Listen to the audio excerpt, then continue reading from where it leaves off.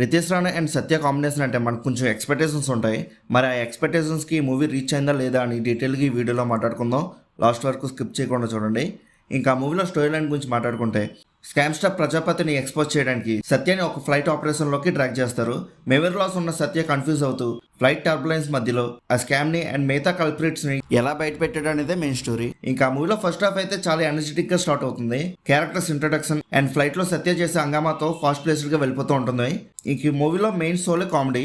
Director Ritesh Rana mark dark comedy and meme references చాలా బాగా work out అయ్యాయి. సత్య మెమరీ లాస్ వల్ల వచ్చే సిచ్యువేషన్ కామెడీ అండ్ మత్తు వదలరా స్టైల్లో ఉండే ఆ హోమర్ కామెడీ అనేది ఆడియన్స్ ని చాలా బాగా నవ్విస్తుంది.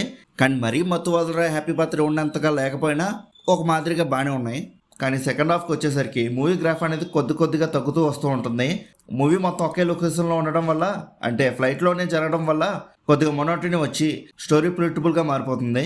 ఇంకా కామెడీ కూడా ఫస్ట్ హాఫ్లో వర్కౌట్ అయినంతగా సెకండ్ హాఫ్లో వర్కౌట్ అవ్వదు. ఇంకా డైరెక్టర్ విషయానికి వస్తే రితేష్ రాణా తన యూనిక్ స్టైల్ని మెయింటైన్ చేశారు.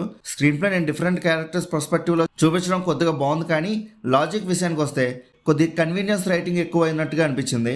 ఇంకా క్యారెక్టర్స్ పెర్ఫార్మెన్సెస్ గురించి మాట్లాడుకుంటే, సత్యాది లిటరల్లీ వన్ మ్యాన్ షో అని చెప్పొచ్చు. తన టైమింగ్ అండ్ ఎక్స్ప్రెషన్స్తో మూవీ మొత్తం భుజాల మీద మోసుకుని తీసుకెళ్లాడు. ఇంకా అజయ్ స్కామర్గా, వెనిల్ కిషోర్ టీఎఫ్ఐ ఫ్యాన్గా మంచి పెర్ఫార్మెన్స్ ఇచ్చారు.